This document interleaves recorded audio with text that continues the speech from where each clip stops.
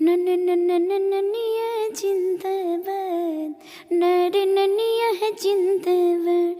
न ला ला ला ला ला ला ला धर के बरसों चल चल भैया बोली ला। अरे छोड़ ओहो चलते न बनी आदि शक्ति फिल्म्स नकारी बरिया रे जी तू रब पिचकारी जी के जाल फेकम रउआ के तन न फंसे ये बरारी जी ए महंगा पलहंगा न लटाई घाटा लग जाई भाव उचित बताई छौ बहनी कराई ताजे तना रुपिया कहबू तो हके वो तने रुपिया दे सुन साली हो अब हवा ऐसे पसेरी 2 रुपिया हो 2 रुपिया 2 रुपिया हो 2 रुपिया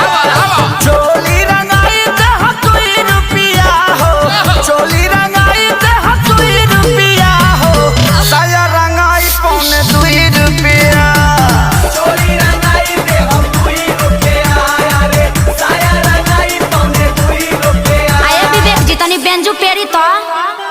जो खपे चुकारी हिया से खोदी जन बदना जनवा जाइया जे जागे कि जाना वहाँ जाइया जे जागे तो हटे दोसरा के धनवा जनवा वहाँ जाइया जे जागे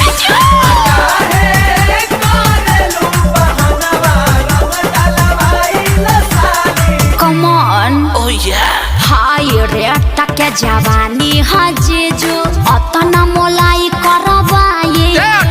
हजारा 2000 तक कुछाओ नइखे लाखों में हम बतियाए ना अरे नहीं करो ना नचनी यारा रंग सरे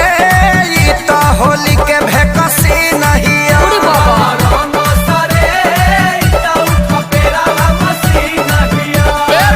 दोसर दुआर जाके देखी ओनिया रंग फेंकी छिट्टा माल ना भेटाई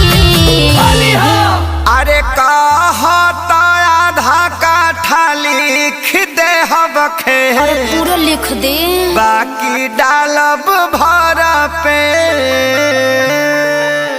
आरी खेत बेचवा बनबो का ब्यास तो तहार का जाता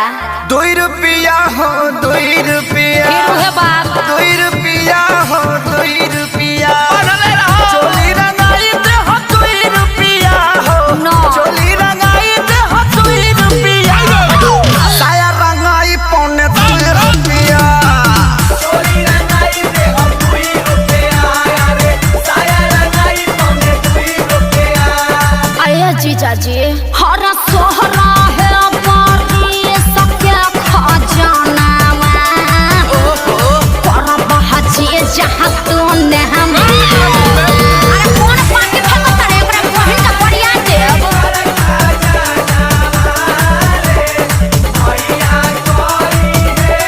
अरे पंजर के सार का हो बिना सिक के झाड़ू सुनले बानी बिगहा के बिगहा राउर जोत जोताला जी बजट कुछाऊ बढ़ाई जीजा तबे रंगाई उच खाला जी खाली पैसा पैसा तू कइले बारू सुन साली हमारा अभिले ना कुछ रंगवइले बारू साली हमार गोरी किस्मत नाच खइले घेरा खइबा लोग अखिलेश खेसारी न पोल्हाई आकाश श्याम के बोलाई रंगाई आई लगा हर तबला पहुड़ का बजा दिहन अरे जुगु जुगु जिया साली लाख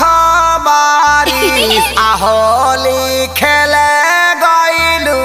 सी आये जीजा जी खूब जियत रही अपने ढारत रही अपने पियत रही तहार के पी है 10 टकियावा दी ना बाल्टन के आओ अभा 2 रुपिया हो दे हम 2 रुपिया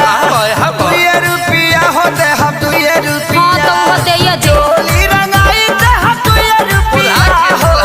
चोली रंगाई दे हम 2 रुपिया हो साया रंगाई पौने 2 रुपिया गोबर फेंको तारे अपना बहिनिया को फेंको तो